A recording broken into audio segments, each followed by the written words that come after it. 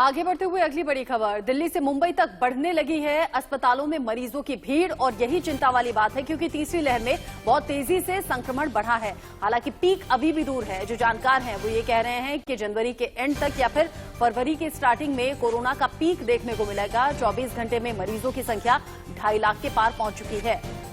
तो वहीं 2.5 लाख के पार ये मामले हो चुके हैं और ऐसे में दूसरी लहर जैसी तबाही की आशंका। चुनावी राज्यों में 5 ही दिन के अंदर 6 गुना तक संक्रमण बढ़ गया है और ऐसे में यहां पर चुनाव कराना थोड़ा सा मुश्किल जरूर हो सकता है। फिलहाल दिल्ली मुंबई में अस्पतालों के अंदर मरीजों की भीड़ बढ़ती जा रही है।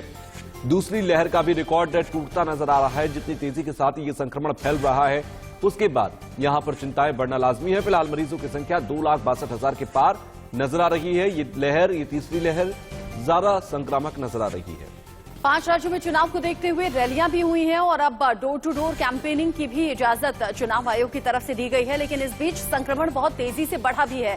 संक्रमण की इसी रफ्तार को देखते हुए ये समझ में आ रहा है कि कितना बड़ा चैलेंज रहेगा अब चुनाव आयोग के लिए भी इलेक्शंस को सही तरीके से कराना और संक्रमण के खतरे के बीच में करवाना। ऐसे में हालांकि अलग अलग प्रोटोकॉल्स हैं, अलग अलग गाइडलाइंस हैं चुनाव आयोग की तरफ से भी कि मतदाताओं को कैसे व्यवस्थित रखना है, बूथ्स की संख्या कैसे बढ़ानी है, जो कोरोना संक्रमित हैं पोस्टल बैलेट के जरिए कैसे वो मतदान कर सकते हैं। लेकिन इसके बावजूद जो संक्रमण बहुत तेजी से बढ़ रहा है वो चिंता पैदा करने वाला है क्योंकि 2,62,000 केसेस अगर सिर्फ 24 घंटे में सामने आए हैं, अगर स्पेशली इन 5 राज्यों में संक्रमण बहुत तेजी से बढ़ा है तो फिर बहुत ज्यादा सावधान रहने की जरूरत है भी।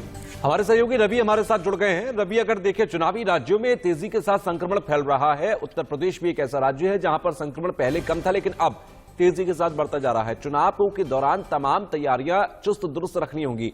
ग्राउंड पर किस तरह की चीजें अभी नजर आने लगी हैं? देखिए, जाहिर है चुनाव का दौर जो चल रहा है कार्य को घोषणा भी हो चुकी है और साफतौर पर रैलियों पर भी रोक है वो हो गई, यानी कार्यक्रम है सभी अब रद्द हो चुके हैं। हालांकि चुनाव आयोग ने भी इसमें शक्ति दिखाई है और साफतौर पर अगर बात करें तो अब वर्चुअल कार्यक्रम भले ही करने जाने की बात है राजनीतिक पार्टी की तरफ से कही जा रही थी, डोर टू डोर भी कर सकते हैं। हालांकि संख्या है वो करीब 5 के आसपास ही हो सकती है, इसकी छूट जरूर मिली है। वही अगर बात करें तो जितने कोरोना संक्रमण है वो लगातार बढ़ा। उत्तर प्रदेश की बात करें तो प्रदेश में संक्रमित मरीजों की संख्या करीब 31,000 को पार कर गई, 71,000 को पार कर गई। 71,022 मरीज पूरे उत्तर प्रदेश में हो चुकी कोरोना के। उसके अलावा बात करें बीते 24 घंटे में जो संक्रमित मरीजों की संख्या करीब 14,765 मिली है। वहीं लखनऊ में 24 घंटे करीब 2,200 से ज्यादा मरीज मिले हैं। करीब लखनऊ में ही अगर बात करें तो 10,000 कोई आंकड़ा पार कर गया है। हालांकि इस पूरे 24 घंटे में करीब 6 लोगों की मौत की भी खबर है। वहीं करीब 1,062 लोग ठीक भी हुए हैं, यानी कि जो संक्रमण है वो लगातार बढ़ रहा है। पाबंदियां हैं वो लागू की गई है लेकिन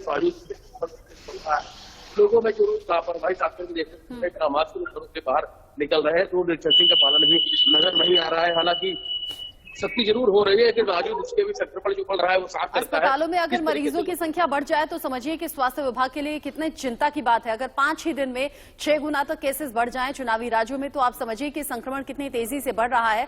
और ये बिल्कुल ठीक कह रहे हैं एक्सपर्ट्स, न तो फर्स्ट वेव में न तो सेकेंड वेव में इतनी तेज रफ्तार के साथ केसेस नहीं बढ़े थे और यही केस बढ़ना चिंता पैदा करता है सरकार के लिए, शासन प्रशासन के लिए। बहुत शुक्रिया रवि, अपना बहुत ख्याल रखिएगा।